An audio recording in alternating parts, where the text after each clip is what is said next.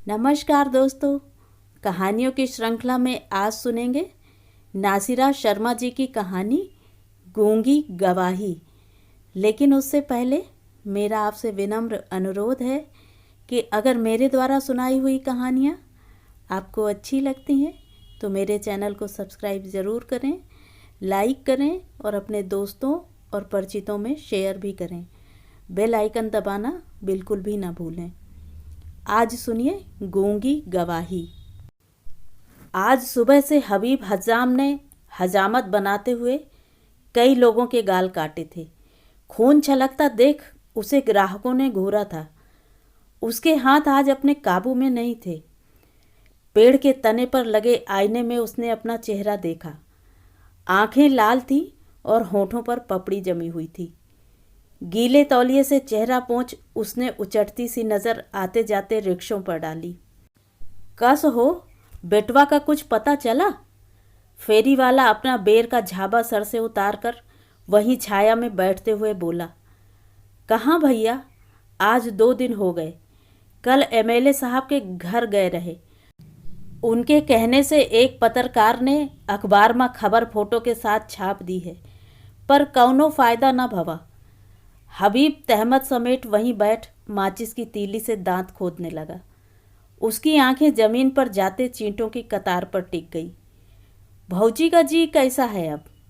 बेर वाला कीड़ा लगी कानी बेरी को छांटते हुए धीमी आवाज में बोला। जी का पूछत हो? 4 बिटियन पर तो यही लड़का रहा। हबीब ने सांस खींची और तड़फड़ाकर उठ खड़ा हुआ। अच्छा चलत हैं, ऊपर वाले पर भरोसा रखो। सड़ी कानी बेरों को फेंक, झाबा सर पर रख। फेरी वाला खट्टी मीठी बेर की हाँक लगाता घरों के पास गुजरने लगा। पेड़ से गिलहरी उतर सड़ी बेरों को कुतरने लगी। यह देख जाने क्यों हबीब का दिल भर आया। उसकी आंखों के सामने बेटे का चेहरा कौंध गया। दिल के फड़फड़ाने से बेकाबू हो उसने उस्तरा कंघा समेट बक्सा बंद कर दिया। का बात है जो शाम ढले से पहले ही दुकान बढ़ाई के जात हो? पनवाड़ी ने पीक थूक आश्चर्य से पूछा। मन कैसे लगे काम माँ, आधी जान तो बेटवा से लगी हुई है। मोची ने जूता गांठते हुए जैसे अपने से कहा। घर के लिए सब्जी न ले जाइयो का आज? कल्लो ने सब्जी पर पानी के छींटे डालते हुए पूछा। फिर दूसरे ही पल पूरी ताकत से चिल्लाई। कार्य कार्य बैगन है, हरी हरी छीमी। हबीब बिना कुछ कहे सुने अनमने ढंग से बाजार पार कर घर वाली गली की तरफ मुड़ गया। गली में बच्चे गुल्ली डंडा खेल रहे थे। नापदान के पत्थर पर गूंगी चमेली बैठी खेल देख रही थी। हबीब को देखते ही अपनी जगह से उचकी और दौड़कर हबीब के पास पहुंच इशारे इशारे में कुछ कहने लगी। हबीब ने झुंझलाकर जेब में हाथ डाला और एक सिक्का उसकी तरफ उछालकर बोला, जाके कम्पट खरीद ले। 7 साल की गूंगी चमेली ने झुककर सिक्का उठा लिया और हबीब के पीछे पीछे चलने लगी। हबीब ने मुड़कर पीछे देखा।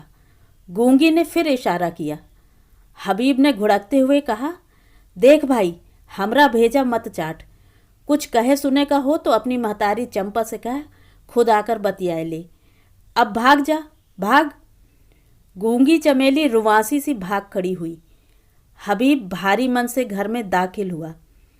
कज्जो पलंग पर बैठी थी। छुटकी दुल्हन उसके सिर में तेल लगा रही थी। मझले जेठ को देख उसने माथे पर घूंघट खींच लिया। बड़की भौजी चाय बनाने के लिए चूल्हे में लकड़ी चुन रही थी।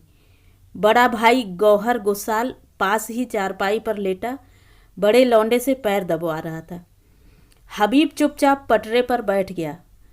बड़की भौजी ने कटोरे में भरे लड्डू आगे बढ़ाए और चाय छानते हुए कहा, आज पतंग वाले के लड़के की मुसलमानी रही ना। बड़ी धूमधाम, शहनाई, बाजा गाजा, खाना पीना। लड्डू देखो, पाव पाव भर के हैं। अच्छा, हबीब ने सुस्त आवाज़ से कहा। अब उठो, चाय ठंडी हो रही है। बड़की भौजी ने मियाँ की तरफ मुँह फेर कर कहा। बदन टूट रहा है, जैसे बुखार आए को है। इतना कह गौहर गुस्साल जम्हाई लेता उठ खड़ा हुआ। ई मुर्दाल काहे खड़ी है फिर से आए के? चौखट पर खड़ी चमेली को देखकर जाने क्यों हबीब किचकिचा उठा। सुबह से कई चक्कर लगाए चुकी है महारानी, महतारी खाट पकड़े है, अब यह डोलत है यहाँ वहाँ, बड़की भौजी ने कहा और उसकी तरफ बढ़ी। उन्हें देखकर गूंगी चमेली ने इशारा किया। उसके चेहरे पर विश्वास जागा। चांद को पूछा था शायद। बड़की भौजी ने अंदाज़ा लगाया। चमेली ने उत्साह से गर्दन हिलाई और फिर उसने कुछ बताने की कोशिश में हाथ इधर उधर नचाए। फिर मुंह से कुछ आवाज़ें निकाली। तुझे पता है?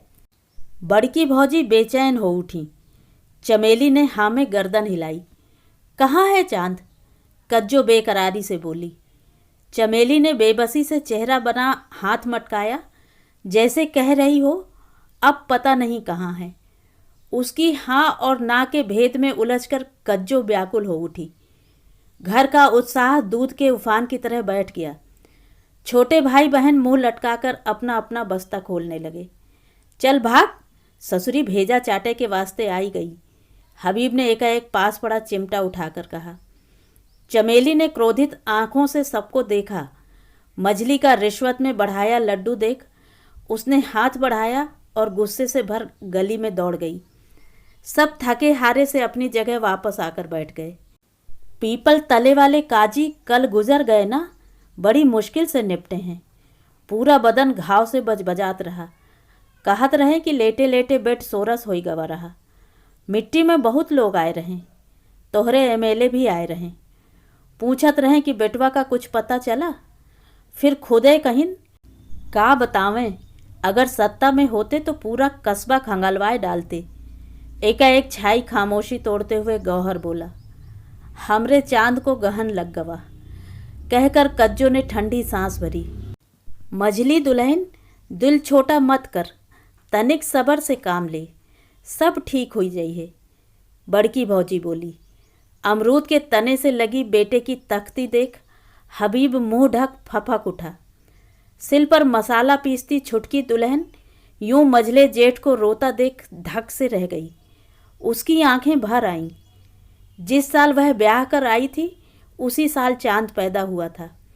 गोरा चिट्टा लड़का देख उसी ने गोदी में उठाकर कहा था, भौजी हमरे घर में चांद निकल आवा है। तभी से उसका नाम चांद पड़ गया। थोड़ी देर बाद एकाएक गहरी सुस्ती भरी उदासी घर पर छा गई, कुछ थकान की, कुछ दुख की। धीरे धीरे शाम ढलकर रात की स्याही में बदल गई थी। बड़की भौजी ने उठकर आटा सानना शुरू कर दिया था। लड़कों को खिलाने पिलाने का समय था। तभी घर की कुंडी खटकी और गौहर ने बैठे बैठे पूछा, को है? साजिदा बीबी गुजर गई हैं। कब? 1 घंटा पहले। दादी बीबी तो का संदेशा भेजिन है कि घर में कौनो नाही सिवाय छुटकी बिटिया के। रात भर लहास के सिरहाने बैठना पड़ी और रहीम से कहकर सब जगह इतला कराए का कहीं नहीं। रहीम तो गवाह है कल्लन मियाँ के घर लड़का के मूड़न माँ। बहरहाल चिंता की बात नहीं, तुम आगे बढ़ो, गौहर गुस्साल अंदर से बोला। और दादी बीबी से कहना हम हाथ का काम निपटाए के पहुँचत हैं, कहती बड़की भौजी बच्चों की रकाबी में चावल निकालने लगी। बड़की भौजी तुम भी खाए लो, आज की गई कल रात तक लौटी हो, छोटी बोली और रकाबी में जेठानी के लिए खाना परोसने लगी, जो हड़बड़ाई से तवे पर रोटी डालने लगी थी। हटो भौजी, हम रोटी डालत हैं। मझली कज्जो फूली आंखों के संग आन कर बोली। कपड़ा लत्ता तो भौजी खूब मिली हैं, छोटी ने उत्सुकता दिखाई। देखो, उठती बहुई बड़ी भौजी बोली। पैसा भी ज़्यादा दे हैं, सारी रात लहास की चौकसी जो करनी है, छोटी बोली। हाँ, हाथ के तो खुले हैं, मगर यह भी समझ लो मुर्दा की हर बढ़िया चीज़ दाब के रख लेते हैं। पहले का ज़माना अलग रहा कि आक बत्ती जोड़ा के नाम पर एक मर्दाना या जनाना कपड़ा, लोटा, कटोरा, जूता, टोपी, रुमाल, जनमाज, कुरान गरीब के नाम पर निकलता रहा। ऊपर से मुर्दे के इस्तेमाल की सब चीज़ नाइन को मिलती रही। सच पूछो बहनी, ईद, बकरीद, मुहर्रम में नया कपड़ा तोहार ब्याह से पहले तक बनत रहा, वरना इन्हीं लोगन के उतरन में साल बड़े मज़े से कट जात रहा। बड़की झोले में अपना सामान रखती बोली। अच्छा भौजी, सामान तो बहुत हुई है। साजिदा बीबी ब्याह के बाद तो कभी ससुराल गई नहीं। छुटकी ने फिर पूछा। देखो, जाए तो रहे हैं, कहकर बड़की ने घर पर एक उड़ती सी नज़र डाली, जैसे कह रही हो कि इस घर में मुर्दन की चीज़ें ही तो भरी पड़ी हैं। लिहाफ, कंबल, तकिया, पलंग, कुर्सी, बर्तन, चप्पल, ऊपर से खाना भी। हर दूसरे तीसरे हफ्ते मरनी करनी, शादी ब्याह का आ ही जात है। पहले मुर्दे के कपड़ा पहनने से डर लगत रहा कि आते जाते कहीं रूह से भेंट मुलाकात हो गई और वह पूछ बैठी कि कहो गौहर की बीबी, हमार कपड़वा पहनकर कहाँ जात हो, तो का जवाब बन पड़ी। मगर अब आदत पड़ गई है। का सोच रही हो? छोटी बोली। अजब हाल है बहनी, मरनी करनी तले ऊपर आए रही है, कहती बड़की भौजी झोले को खूंटी पर टांगने लगी। गरम गरम रोटी उतर रही है, देर ना करो। कज्जी ने बड़की को ताका। कहाँ की तैयारी है तोहार?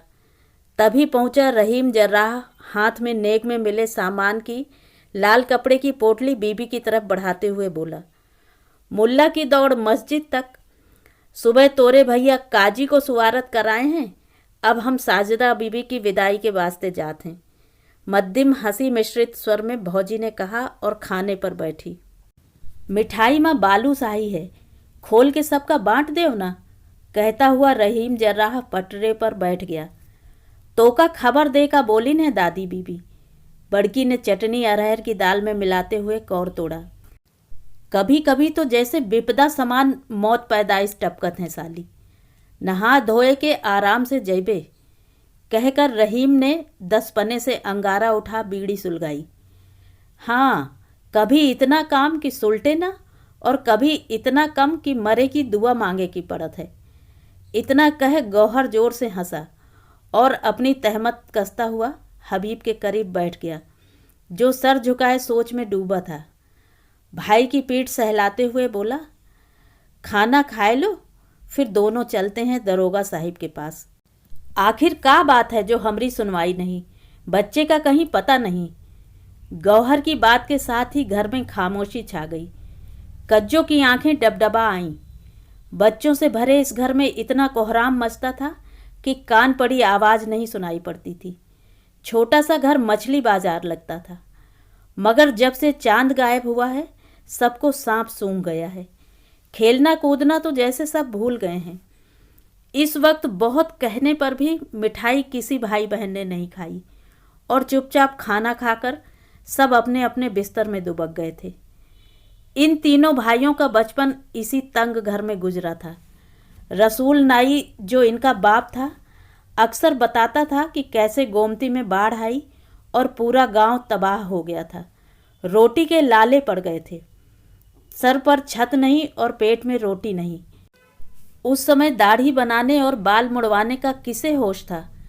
मजबूर होकर रसूल तीनों लड़कों और बीबी को लेकर गांव से कस्बे की तरफ निकल आया था।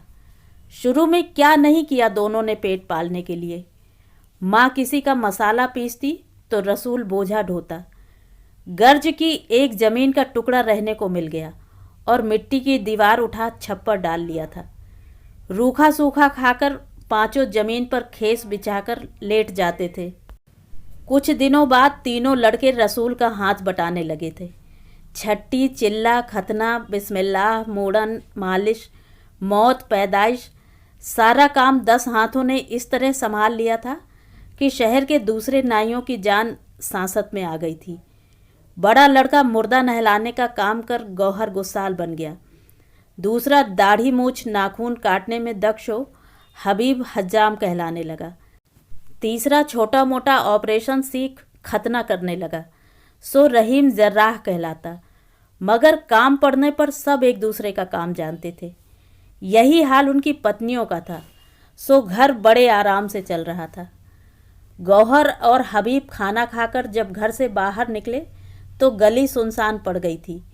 एकाध कुत्ते भौंक रहे थे और चंपा का पति ताड़ी पी गाता बजाता घर लौट रहा था।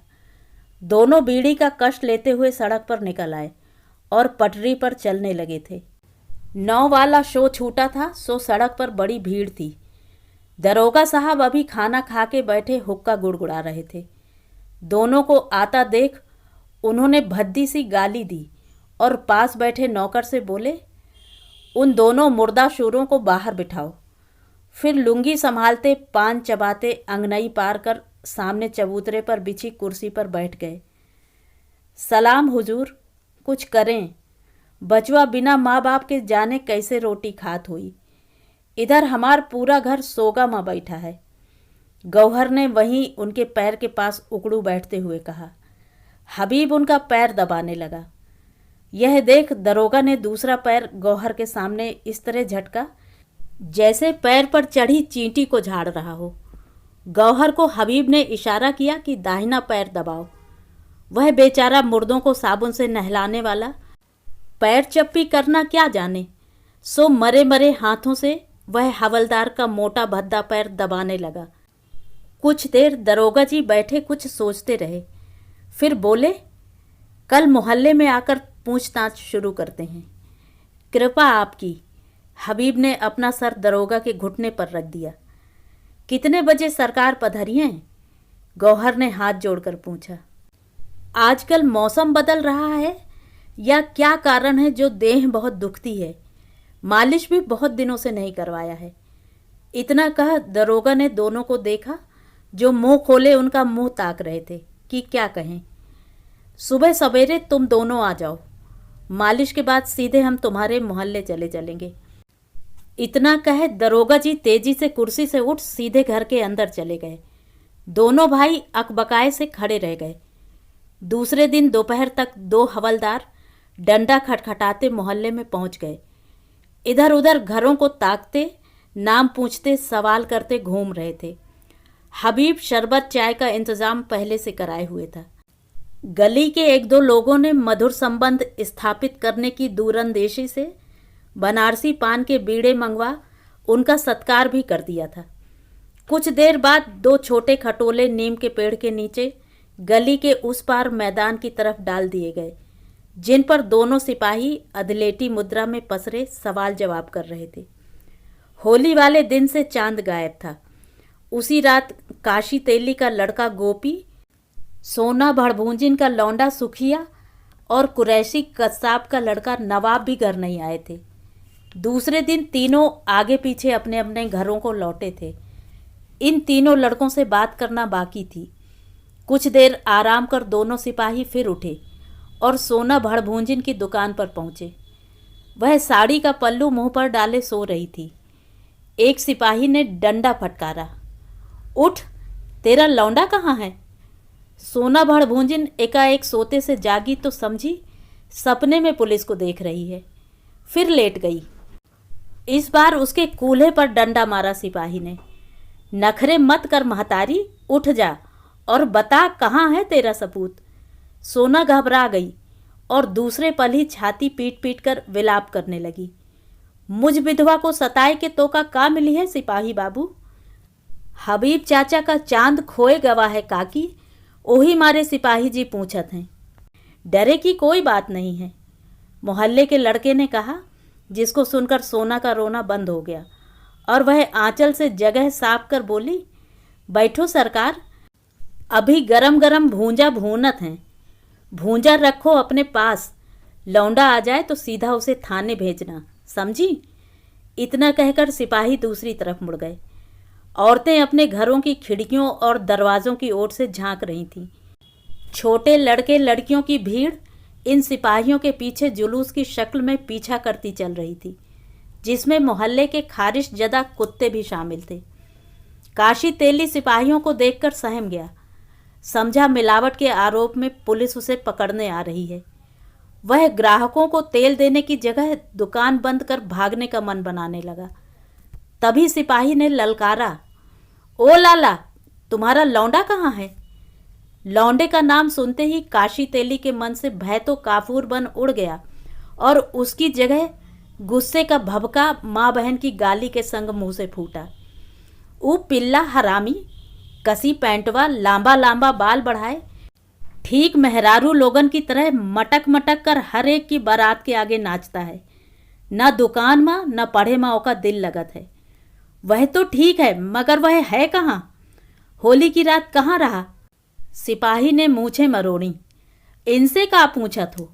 होली की रात यह खुद भांग कर नशा कर अपने को चूहा समझत रहे, सामने वाले दुकानदार ने कहा, और उसी के साथ सब खिलखिलाकर हंसने लगे।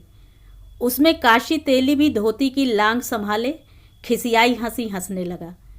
ठीक है, जब भी आए कह देना दरोगा साहब से मिल ले। दोनों सिपाही ऐंठते लचकते डंडा घुमाते बाईं तरफ मुड़े, जहां पर छोटी सी लड़की उन्हें ताक रही थी। अपनी तरफ देखता पा वह लड़की बदहवास सी भागी। उसे यूं भागता देखकर कोई बोला, चंपा भंगन की बिटिया चमेली है, गूंगी है बेचारी। कुरैशी की गोश्त की दुकान पर मक्खियों के झुंड पर्दे के बावजूद उड़ रहे थे। उसके भाई भतीजे दुकान पर बैठते थे, इसलिए नवाब का होना या ना होना पता ही न चलता। सो बड़े आराम से कीमा बनाते हुए बोला, जवान बेटा है साहब, यार दोस्तों में बैठा होगा। होली की रात घर में था? ज़रूर होगा। इतना बड़ा परिवार है कि एक आध का गायब होना कहाँ पता चलता है। मगर आप बताएं, माजरा क्या है? हबीब नाई का लड़का खोए गया है ना, उसी की छानबीन करनी है। तब तो आप लड़के की जगह शहर के गुंडे ताजवर और ननकू पहलवान से पूछें। लड़के के अपहरण करने वालों का जरूर कोई सुराग देंगे। इतना कह उसने भतीजे को इशारा किया, जिसने पलक झपकते ही 2 कोक की शीशियां लाकर सिपाहियों के हाथ में थमा दी। दोपहर ढलने लगी थी। सिपाही डकार ले खाली शीशी रख चलते चलते नवाब को थाना भेजने की बात कह आगे बढ़ गए। गली की टूटी मुंडेर से गूंगी चमेली झांक रही थी। उसके चेहरे पर बेचैनी और आंखों में भय कौंध रहा था। देखो, अपनी कार्रवाई कर ली है? तीनों लड़के से पूछते हैं। इधर उधर नाले नापदान में भी ढूंढते हैं, कहकर दोनों सिपाही साइकिल पर बैठे और चलते बने। भीड़ छट गई, सनसनाहट खत्म हुई और हबीब, गौहर और रहीम थके से घर लौट आए। हबीब हज्जाम ने आज 2 दिन बाद दुकान खोली थी। कई लोगों का सर मोड़ चुका था, मूछें छांट चुका था, मगर उसके दिल को किसी कल करार न था। कोई जैसे उससे कह रहा था कि अब तेरा बेटा वापस नहीं लौटेगा। ज़रूर कोई उसे दूसरे शहर उठा ले गया है। वह पूरे 2 दिन तक साइकिल, पैदल, रिक्शे से शहर का चप्पा चप्पा छान चुका था। बच्चों को खेलता देख वह एक एक को घूरता था। बीच बीच में वह चांद चांद कहकर जोर से पुकारता भी था। 2 हफ्ते पहले मिश्रा वकील के घर वह चांद को लेकर गया था। मिश्रा जी को विश्वास ही नहीं हो रहा था कि चांद हबीब का लड़का है। नेकर कमीज में बड़ा भला लग रहा था। मोहल्ले टोले में चांद की गोरी गोरी सूरत पर सब फिदा थे। पेड़ पर लगे आईने में उसने अपना चेहरा देखा। काला रंग, चेचक के दाग से भरा चेहरा, जिसे छुपाने के लिए उसने दाढ़ी रख ली थी। छोटी छोटी आंखें। हाँ, उसकी औरत कज्जों का रंग अलबत्ता गेहुआ था। उस पर बड़ी बड़ी कटीली आंखें। सुहाग रात के दिन लालटेन की रोशनी में जब उसने कज्जों का घूंघट उलटकर उसकी ठोड़ी उठाई तो कज्जों ने शर्माते हुए बड़ी अदा से आंखें खोली थी, मगर उस पर नज़र पड़ते ही वह चीख मारकर बेहोश हो गई थी। उधर कुरैशी का लड़का खाना खाकर दुकान पर आ गया था। बाप से पैसे ले वह फिल्म देखने निकल गया था। रास्ते में कुछ लोगों ने उसे टटोला भी तो उसने बड़ी लापरवाही से कहा, चचा, मुझे तो पता नहीं गोपी और सुखिया होली की रात कहाँ थे। सारे दिन घूम फिर कर जब गोपी रात को घर लौटा तो काशी ने ताव में आकर चमरौधा जूता खींचकर उसके दे मारा। वह हर सवाल और फटकार में बस एक ही बात दोहराता, सुखिया और नवाब के संग मैं नहीं उठता बैठता।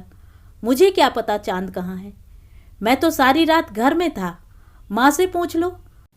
उधर सुखिया भी माँ की गाली कोसने से तंग आकर उसे विश्वास दिला रहा था, सच माई, तोहार कसम, हम नौकरी ढूंढे गए रहे, भूख प्यास से तंग आ गए रहे तो लौट आए। हम नवाब और गोपी के साथ कैसे उठ बैठ सकते हैं? ऊ ठहरे बड़े लोग, और हम चांद को का जाने ऊ कहाँ खोए गवा है। बात सच भी थी। 18-19 वर्ष के ये तीनों लड़के एक मोहल्ले में जरूर रहते थे, मगर आपस में यारी नहीं थी। हाँ, कभी कभार बातचीत हो जाती थी। मोहल्ले वाले भी आस लगा बैठे कि चांद रास्ता भूल बैठा है, एक रोज भटकते भटकते लौट आएगा। हबीब को भी किसी पर शक नहीं था। सबकी सेवा करना, दुख दर्द बांटना ही उनके परिवार का काम था। सो किसी से शत्रुता का सवाल न था। चंपा भंगन कई दिनों से कमाने नहीं आई थी। नाली नापदान गंदगी से पट गए थे। चमेली भी उछलती कूदती इधर नहीं दिखी थी। आज 5वें दिन चंपा काम पर आई थी, साथ में चमेली भी थी। एकाएक वह सोना भड़भूंजिन के लड़के को देख भय से माँ से चिपकने लगी। काशी तेली के घर तो वह गोपी को देख जोर जोर से रोने लगी, जिसे सुन काशी तेली की पत्नी ने पूजा छोड़ घुड़की लगाई। क्यों री चंपा, आज सप्ताह भर बाद आई तो लौडिस पिकरवा को काहे साथ लाई है? सारे दिन गंदगी समेटते समेटते काम करते करते चंपा थक कर चूर हो गई थी। ऊपर से चमेली को तेज बुखार चढ़ाया था। बसंत ताड़ी खाने गया था। कलवा को भेज चंपा ने पति को बुलवाया ताकि वह बेटी को डॉक्टर को तो दिखा सके। उसे खुद चमेली के विचित्र व्यवहार पर आश्चर्य हो रहा था। जाने क्या कहना चाहती है, साफ साफ बता भी नहीं पाती है। उस खंडहर की तरफ इशारा भी करती है जिधर नाग देवताओं का घर है। दूसरे दिन जब चमेली का बुखार उतरा तो चंपा ने बेटी की बात समझी और सीधी हबीब के घर पहुंची। उस समय घर में केवल बड़की भौजी थी। किवाड़ उड़का हुआ था। चंपा की आवाज़ सुनकर उन्होंने उसे अंदर बुला लिया। चंपा किवाड़ ठेलकर अंदर पहुंच अंगनाई में बैठ गई, जहां पर पलंग खड़ा कर उसके पीछे बड़की भौजी नहा रही थी। इस समय कैसे? बड़की भौजी ने पूछा। भौजी, एक बात रही। झिझकते हुए चंपा ने अपने अलता लगे पैरों की उंगलियों में पड़े बिछुए हाथों से घुमाए। कुछ ले का है तो बैठो, आज कई रोज बाद नहाए का सुबीता बना है, देर लगी है। बड़की भौजी ने लोहे की बाल्टी में कटोरा डाल पानी सर पर उड़ेला। बदन मलने से चूड़ी की छन छन छन की आवाज़ उठ रही थी। ना भौजी ना, बात कुछ और है।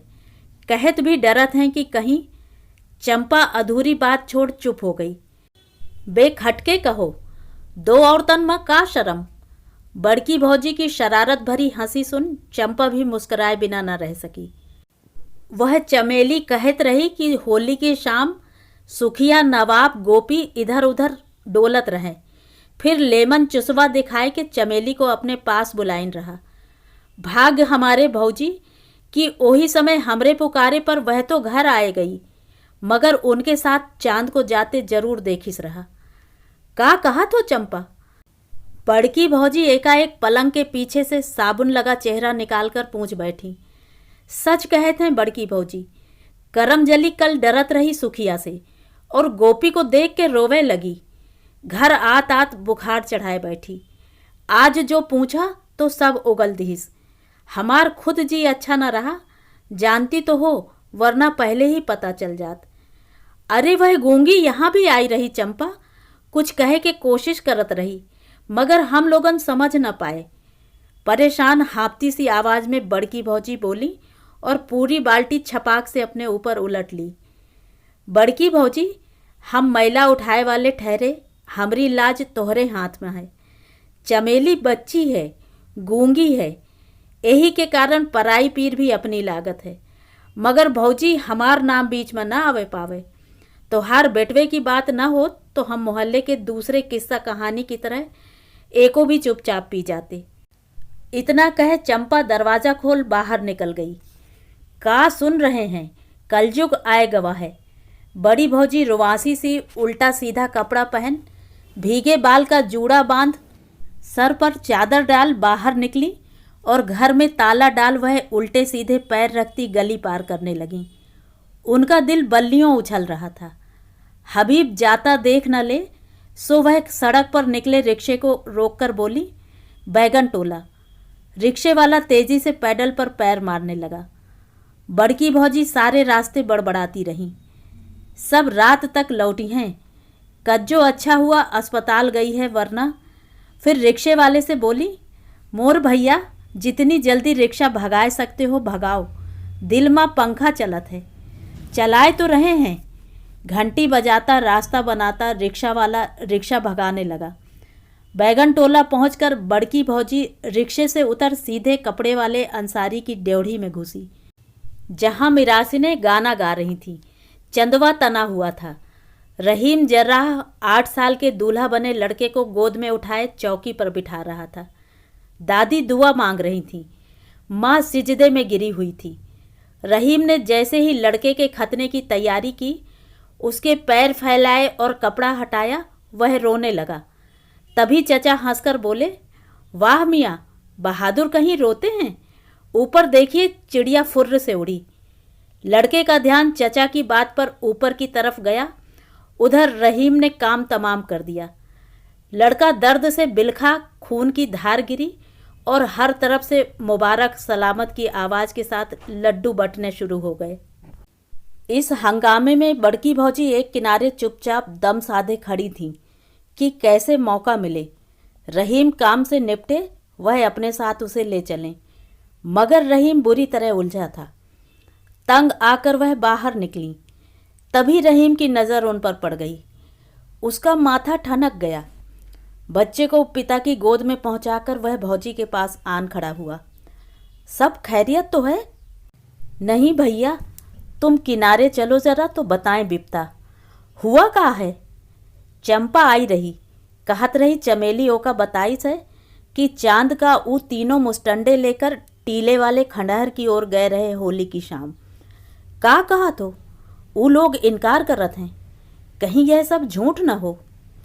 सच या झूठ जो हो, मगर यह बात न तोरे भैया से कह सकत हैं न हबीब से। तभी भागे भागे यहाँ आए हैं। अब चलत हैं, बच्चे स्कूल से लौटत हुई हैं। हो सके तो हवलदार साहब से मिलकर आना। इतना कह बड़की उल्टे पैर बाहर निकल आई। काम निपटाकर जब रहीम जर्राह दरोगा साहब से मिलने गया तो वह थाने में नहीं थे। भागता हुआ घर पहुंचा तो पता चला कि वह किसी काम से पास के कस्बे में गए हैं, जहां हिंदू मुसलमानों में तनाव हो गया है। शायद कल सुबह तक आएंगे। वह भारी मन से घर लौटा। बड़की भौजी ने व्याकुल आंखों से देवर को ताका, जैसे पूछा हो क्या हुआ। रहे नहीं, इतना कह रहीम चुपचाप बैठ गया। हाथ मुंह धोए ले, खाना निकाल रहे हैं, छुटकी दुल्हन बोली और बाल्टी लोटा रखने लगी। रहीम उसी तरह बैठा रहा। रहीम को सारी रात नींद नहीं आई। हर करवट पर मन करता कि भाइयों से सब कुछ बता दे, फिर डरता कि कहीं कच्ची बात से दूसरा फसाद ना उठ जाए। उधर दरोगा का भी क्या भरोसा कि किधर लुढ़के। हर रोज तीनों से बारी बारी मालिश करवाता है। परसों काशी तेली के घर से झाड़दार असली कड़वा तेल आता देखा था। कई दिनों से कुरैशी हर रोज कभी गुर्दा का पूरा, कभी कीमा कलेजी भेज रहा था। भड़भूंजिन का लड़का भी हवलदार के घर पलंगों के अदवाइन कसने, घड़ा भरने और झाड़ू लगाने पहुंचा रहता है। वह घबराकर उठ बैठा। चांद का चेहरा सामने डोलने लगा। उधर बड़की भौजी भी तड़प रही थी। गौहर को पता चल गया तो वह मोहल्ला सर पर उठा लेगा। आपस में सर फुटअव्वल हो जाएगी। पाँव फटते ही रहीम जाने किस जज्बे से व्याकुल हो मैदान की तरफ जाने वाले रास्ते पर नीम के पेड़ के नीचे जाकर खड़ा हो गया। अजीब उथल पुथल में उसकी जान थी। जाए या ना जाए, मिट्टी के टीलों को पार कर वह फिर ठिठक कर खड़ा हो गया। उस खंडहर की ओर जाते उसे डर लग रहा था। सुना था वहाँ भूतों और सांपों का डेरा था। हवा अलग साए साए करके उसे डरा रही थी। सूरज अभी निकला नहीं था, हल्का धुंधलका फैला हुआ था। हिम्मत जमा कर वह गिरे हुए मकबरे की तरफ बढ़ा। जैसे ही वह अंदर दाखिल हुआ, उसने सामने जमीन पर कुछ पड़ा देखा। एक अजीब सड़ी सी बदबू फैली हुई थी। उसे चक्कर सा आ गया। दूसरे पल वह संभला और फिर पागलों की तरह चीखता चिल्लाता बस्ती की तरफ भागा। रहीम की चीख पुकार से घबराकर सारा मोहल्ला घरों से निकलकर गली में जमा हो गया था। फिर भीड़ खंडहर की तरफ उमड़ पड़ी। कज्जो छाती पीटती नंगे सर नंगे पैर सबसे आगे भाग रही थी। बड़की भाभी उसके पीछे। पीछे और लोग थे कि का भवा कहते पीछे हो लिए थे। भीड़ और भगदड़ में खंडहर की कमज़ोर बोसीदा दीवारें हिल गईं। कुछ मलबा छत से गिरा, कुछ ईंटें टपकी तो भीड़ घबराकर बाहर ठहर गई। अंदर धूप की ताजगी फैली हुई थी। उसमें चांद का चेहरा दमक रहा था। हबीब बिलबिलाकर बेटे की नंगी लाश पर गिरा, जिस पर चींटियां कीड़े चल रहे थे। उसे झुककर गौहर ने संभाला। कज्जो बेहोश हो गई थी। रहीम ने चांद को उठाना चाहा, मगर बड़की भौजी और छुटकी ने अपने सर डाली चादर बिछा चांद को उसमें लपेट दिया। उनका तो यह काम था, मगर आज गौहर जैसे मजबूत दिल वाले गुस्साल का भी हाथ कांप रहा था, मानो जिंदगी में पहली बार किसी मुर्दे को छू रहा हो। लोगों की चीख पुकार विलाप से सांप भी डरकर अपनी बांबियों में छुप गए थे। चिड़ियां सहम कर टहनियों पर दुबक गई थीं। धूल का गुबार उठाते कदम बदहवास से पड़ रहे थे। दिमाग में सवाल नाच रहे थे। चांद यहाँ कैसे पहुंचा? उसे सांप ने डस लिया क्या? गली लोगों से ठसाठस भरी थी। सुखिया, गोपी और नवाब के चेहरों का रंग उड़ गया था। उससे ज़्यादा उसके माँ बाप का दिल पत्ते की तरह कांप उठा था कि घर देखे पुलिस वाले अब जाने उनकी क्या गत बनाए। नाली साफ करती चंपा यह सब देख झाड़ू टोकरी वहीं मुनीम के द्वार पर छोड़ चमेली का हाथ पकड़ घबराई सी सड़क की तरफ तेजी से भाग रही थी। हबीब के घर कोहराम मचा हुआ था। गौहर ने भतीजे की लाश छोटे से खटोले पर लिटा दी थी। बाकी भाई बहन भयभीत से बड़ों के चेहरे ताक रहे थे। कज्जो छाती पीटती बिलाप कर रही थी। कहाँ चले गए महतारी को छोड़ चांद बिटवा? अब किसके भरोसे जिएगी कज्जो? काहे को गए रहे उस वीराने में? चांद को दफनाने के इंतजाम में गौहर लग गया था। ढेरों अगरबत्ती सुलगाने के बाद भी नाक पर कपड़ा बांधना पड़ रहा था। कफन, कपूर इत्यादि रहीम खरीद लाया था। अब नहलाने के लिए कोरे मटके पर पानी भर रहा था। तभी दो सिपाही खबर मिलने पर आकर खड़े हो गए। उनकी कार्रवाई शुरू हो गई। भीड़ छट गई थी। पूरे बदन पर किसी चोट का निशान या घाव नहीं था, बस पीछे की ओर। गौहर वह सब देखकर बौखला गया। उसने रहीम को देखा और रहीम ने अपनी आंखें फेर लीं। गौहर का चेहरा कई तरह के प्रश्नों में घिर तप रहा था। मुट्ठियां भिंच रही थीं। बेहोश कज्जो को छोड़ बड़की मियाँ की तरफ लपकी और मौके की नज़ाकत देख बोली, तुम दरोगा जी के पास पहुँचो, तब तक तोहरे भैया नहलाए धुलाए का इंतजाम करत हैं। वहाँ जाकर क्या करना है? पंचनामा तो बन गया है, एक सिपाही बोला। हर बात पर दरोगा जी नहीं पहुँचते, फिर वह लौटे भी हैं या नहीं? दूसरा बोला। देखे माँ कौनो हरज नहीं, कहता रहीम घर से निकल गया। दरोगा अभी अभी घर लौटा था। लुंगी पहन नाश्ता कर रहा था। घबराए से काशी तेली और कुरैशी कस्साब उसके चबूतरे पर चढ़े और हाथ जोड़कर खड़े हो गए। उन्हें इस तरह खड़े देखकर दरोगा को हंसी आ गई। बात बेबात ये लोग पुलिस से डर जाते हैं। ऊपर से आवाज़ भारी कर बोला, कैसे आना हुआ? बस हमारा ख्याल रखना दरोगा जी, हबीब के लड़के की लाश मिल गई है। इन नाई लोगों का कोई ठिकाना नहीं कि किस पर आरोप लगाते हैं। इनकी पहुंच हर घर में है। हम निर्दोष पकड़े न जाएं। अच्छा। चिंता में डूबे दरोगा ने घूर कर दोनों को देखा। यह रखें हुजूर, कहते दोनों गंदे कपड़ों में लिपटा पैकेट वहां रखकर सरपट लौट गए। कुछ चक्कर समझ में नहीं आ रहा है, मन ही मन दरोगा ने कहा और उठते हुए बोले, अगर इन लौंडों का हाथ है तो फिर बच्चू बचकर कहाँ जाएंगे? दरोगा नहा धोकर तैयार होकर बाहर निकले तो देखा सामने से रहीम आ रहा है। पान का बीड़ा मुंह में दबाकर बैठ गए। दरोगा को मौके की नज़ाकत का अंदाज़ा हो गया था। रहीम को देखकर उन्होंने अनजान बंद तेवर पर बल डाल पूछा, कब से हमारी मालिश का नागा कर दिया है? अब तो हम नहा धोकर कपड़ा बदल चुके हैं, कल करवाएंगे। बड़ी विपदा पड़ी है, चांद मिल गवा है, मगर रहीम घुटनों पर झुक गया। मगर क्या, मिल गया है तो फिर कैसी परेशानी? दरोगा अनजान बना रहा। परेशानी एक भारी है कि चांद जिंदा नहीं है।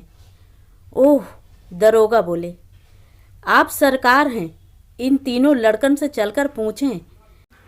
कल हम आए रहे सरकार, मगर आप थे नहीं। हमका पता चला है कि वही बहलाए फुसलाए के ओका उधर खंडहरवा में ले गए रहे। रहीम दरोगा जी के पैर पकड़कर बुरी तरह फपक पड़ा। सबूत क्या है तेरे पास, नाई के बच्चे? दरोगा एकाएक तेवरी पर बल डाल बोले। हम खुद ओका बदन देखा है साहिब, बचवा के संग। कहता कहता रहीम तैश में आ गया। मगर देखा किसने? कोई चश्मदीद गवाह है? झुंझला पड़े दरोगा, मगर स्वर इस बार नर्म था। चंपा भंगन की लौंडिया चमेली सरकार, पहले ओका ले जात रहे, मगर चंपा के आय से बात न बनी तो चांद को ले गए रहे। रहीम की आवाज़ ऊपर नीचे हो रही थी। यह सब चमेली बोली? कितनी बड़ी है? दरोगा ने हिकारत से देखा। 5-7 बरस की हुई है, मगर गूंगी है। इशारन से अपनी महतारी चंपा से सब बताइस रहा। ओही के कहने से हम खंडहर गए रहे, वरना तो। वह तो सब ठीक है, मगर दरोगा का स्वर सुस्त था। सारी उम्र हमारा परिवार आपकी सेवा करी है, बस रहम की दरख्वास्त है आपसे हुजूर। रहीम दरोगा के पैरों पर सर रखने लगा। देख रहीमुआ, नाटक मत कर, बात कानून की है। कानून सबूत मांगता है। किसी को किसी के साथ खड़े या कहीं जाते देख अपराध साबित नहीं हो सकता। दरोगा ने कुछ झुंझला कर कहा। मगर उन तीनों को उनके करे की सजा तो मिलेगा चाहिए ना? रहीम जैसे हट करने लगा। वही तीनों लड़के क्यों? कोई और भी तो यह काम कर सकता है। जी सरकार, चकरा गया रहीम। मैं ठीक कह रहा हूँ, समझने की कोशिश कर। शंका के बिना पर हम पुलिस वाले पकड़ धकड़ जोर जबरदस्ती कर सकते हैं, मगर सजा नहीं दिलवा सकते। दरोगा के स्वर में नरमी आ गई थी। मगर सरकार, शंका कहाँ? यहाँ तो चंपा की बिटिया उन तीनों के साथ चांद को खंडहर की ओर जात देखिस है। यही बिना पर आप कुछ करो ना। रहीम जर्राह ने आदत के अनुसार चीड़ फाड़ शुरू की। मानते हैं तेरी बात, मगर बिटिया गूंगी है, इशारे से क्या बोलेगी? कौन गूंगी गवाही को समझेगा? फिर उसने मौकाए वारदात पर उन्हें मुंह काला करते तो देखा नहीं। दरोगा ने इतना कह रहीम के कंधे पर हाथ रखा। अब क्या कहें सरकार, बड़ी आशा लेकर आए रहे। रहीम टूट गया। हम मदद करना भी चाहें तो नहीं कर सकते। बेबात दुश्मनी हो गई तो फिर रोज़ दंगा फसाद होगा।